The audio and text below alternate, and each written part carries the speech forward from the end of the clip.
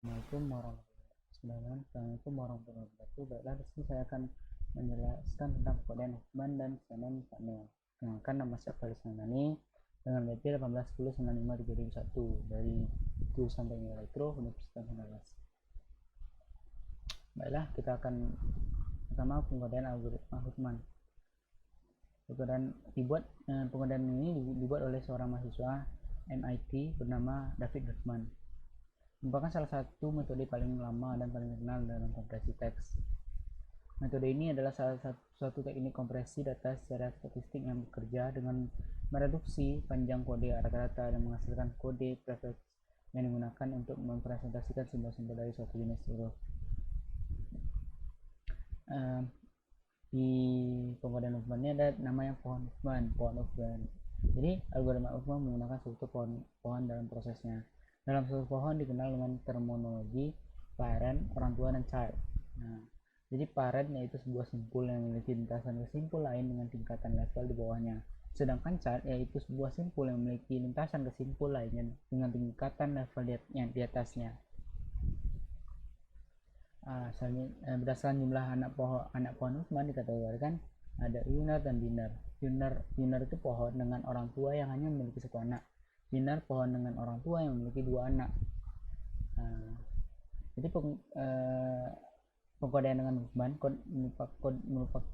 Huffman coding itu merupakan panjang bit yang bervariasi dalam pengkodean sebuah karakter.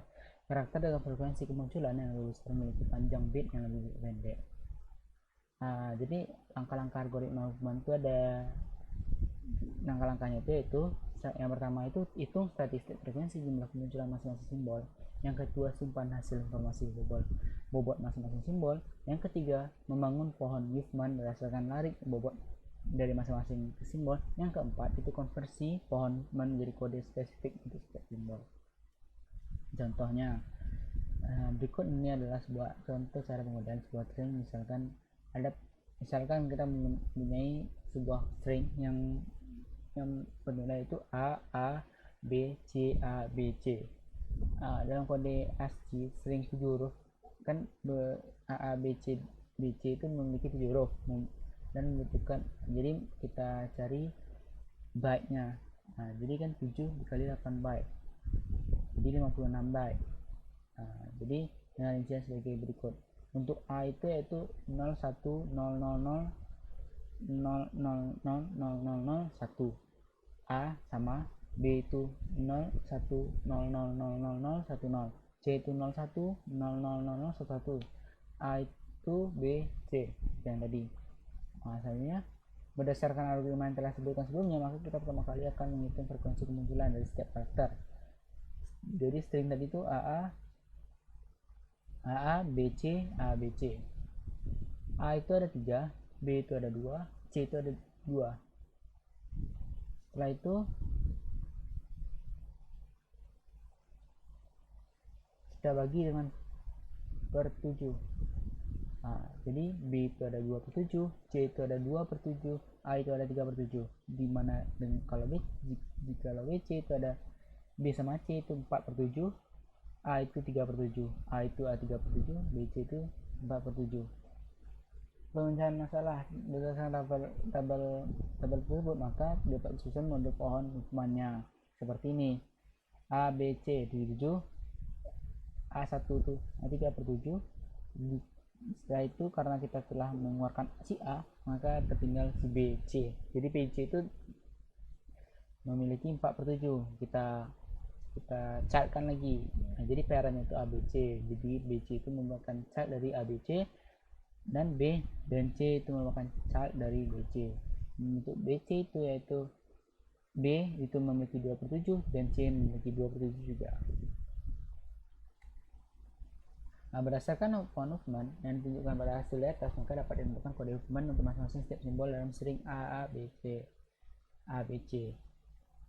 Jadi simbolnya itu A itu 0, B itu 10, C itu 11. Dari mana datangnya?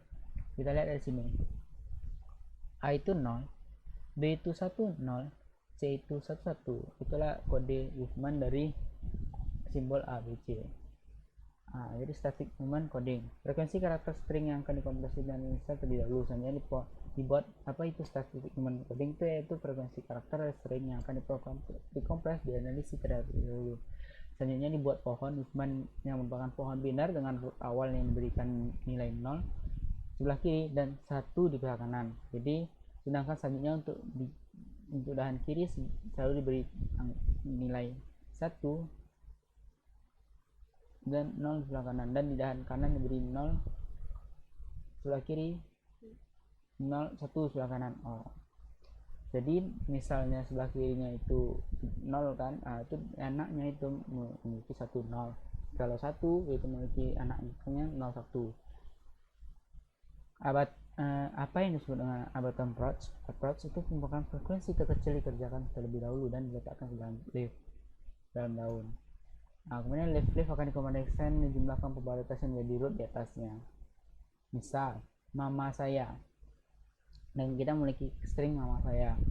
A itu frekuensi dari A itu 4. Jadi karena stringnya itu ada dia memiliki 8 karakter, maka A itu 4 per 8, M itu 2 per 8, S itu 1 per 8, dan Y itu 1 per 8. Totalnya 8 karakter. Jadi kita lihat dari pohon Huffman. Kita pertama YSMA 0,5, 1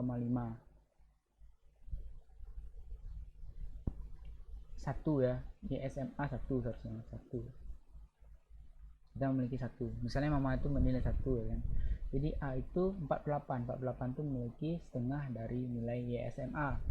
Setelah itu kita sisa YSMA itu memiliki setengah juga. Kita nilai 0 ya kan. Jadi 0 1. Untuk YSMA 0, A itu 1. Setelah itu kita lanjutkan karena A itu di akhir kan, karena YSMA itu karena itu YSMA 0, itu A 1. Setelah itu kita pisahkan yang paling terbesar lagi, M ya kan, karena ini M. Jadi yang kita di dalam pohon Huffman itu kita pisahkan yang paling terkecil, yang paling terbesar. Jadi yang pertama itu A memiliki 4, kita pisahkan, dia memiliki 1 simbol Huffman-nya, itu YSMA itu 0. Huffman ini simbol Huffman-nya. Setelah itu M itu kita pisahkan, itu 0. Jadi karena kita di bawah yang 0 ya, karena jadi yang sebelah kirinya itu 1 dan sebelah kanannya 0. Karena paling besar itu M dan dia paling terakhir, maka dia sebelah kanan. Itu maka bernilai 0. Maka simbol Huffman dari M itu disebut yaitu 00, betul kan? Itu selanjutnya itu YS itu kita bagi Y sama S, itu sama-sama 0,125. Itu memiliki Y untuk itu 011, untuk S itu 010. Itu betul kan dari yang simbol Huffman-nya. Jadi selanjutnya itu pengkodean algoritma Shannon-Fano. Setelah kita selesai dari dengan Huffman tadi, selanjutnya ada pengkodean dengan Shannon-Fano. Itu dikembangkan oleh Shannon dan Robert Fano. Shannon ini kuliah tamatan dari Bell Labs, dan Robert Fano itu dari MIT.